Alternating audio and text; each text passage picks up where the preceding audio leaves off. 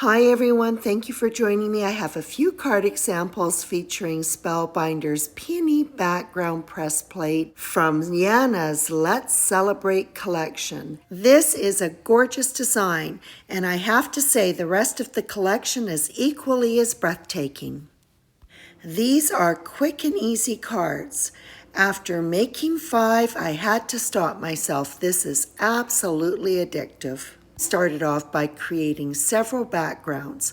I'm working on Canson XL watercolor paper, and I'm applying these gorgeous shimmery powder pigments from Lindy's Magicals. There's no rocket science here. This is straightforward and easy. I simply spray the panel well with water, sprinkle on some of the powders, and then move it around a little bit with my brush, but primarily I'm letting the water do the work. This panel has been done with Glory of the Seas Gold. This two-tone background is being done with Ramblin' Rose Pink and more of the Glory of the Seas Gold. When the water is spritzed on, I am generous. Then I'll use my brush to move that color around so that it is consistent across the panel. But there's so much water on it that the pigment will continue to move, developing beautiful tonal variations. Creating these backgrounds are quick and easy. What is not quick, however, is the drying time. And before these go on the better press, they do need to be completely dry. I left my panels overnight, but I'm sure a couple of hours would do it. A good test for dryness is to touch the panel with your fingers lightly. You don't want to leave finger marks. If it is cool to the touch, there's still moisture. If it's room temperature, it is dry. And when they were dry, these two panels were spattered with distress stained tarnished brass. When I applied this pigment powder, Tibetan Poppy Teal, I was wowed. So I ended up doing 2 panels and creating 2 cards. It is my favorite. And the final panel is very rich and dramatic, being done mostly with Autumn Maple Crimson and a little bit of the Glory of the Seas Gold. For these last 3 panels, I sprayed on a lot more water initially prior to adding in the pigment powders, and this I felt worked better. Second spritzing of water was quite a bit lighter, really opposite to what I did with the first 2 panels, but I still went in with my paintbrush and helped move that color around a little bit.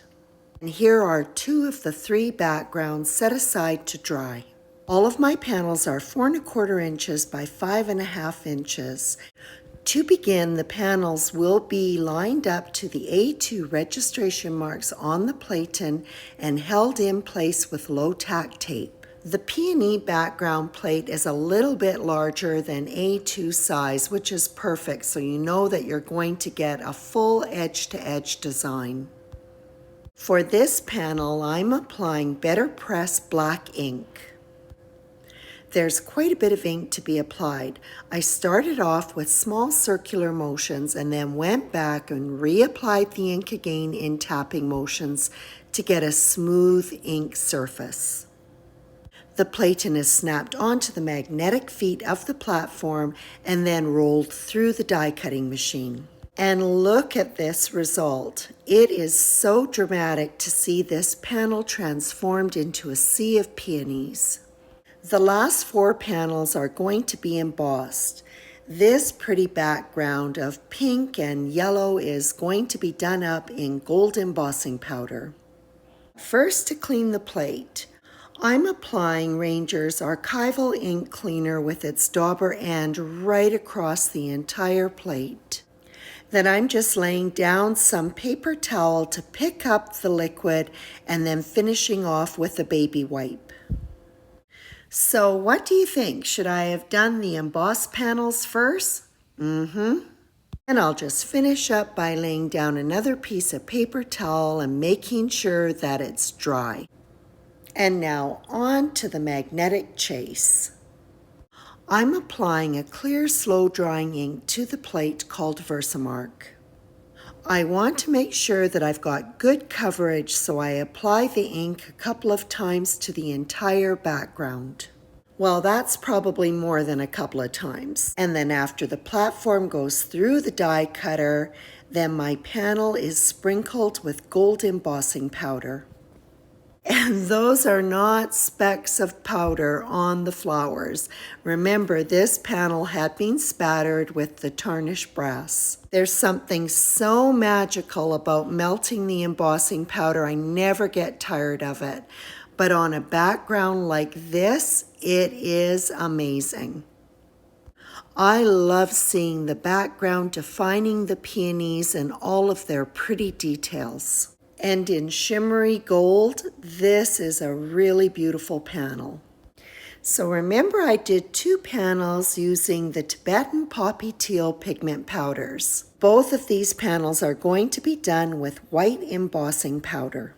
Again, I'll start off by inking up the plate with Versamark, and then on goes the platen and it's fed through the die cutter. Even though I'm using low-tack tape on this Canson XL watercolor paper, I find that I have to be careful when I'm removing it. The panel is coated with the white embossing powder. And then on to melting the powder. And I have to say that watching these peonies done up in those tones of blue leap off the page, I was so glad that I did a second panel. Doesn't that look amazing? Although I inked up the last panel in Cosmic Sky, which is a dark blue, it in fact looked black. Better press inks are slow drying, so I've coated this panel with clear embossing powder. This panel with its dark crimson tones is very rich and dramatic. I love the vintage feel of this one. All of the sentiments for these cards will be done with the new Let's Celebrate Sentiment Press Plate set.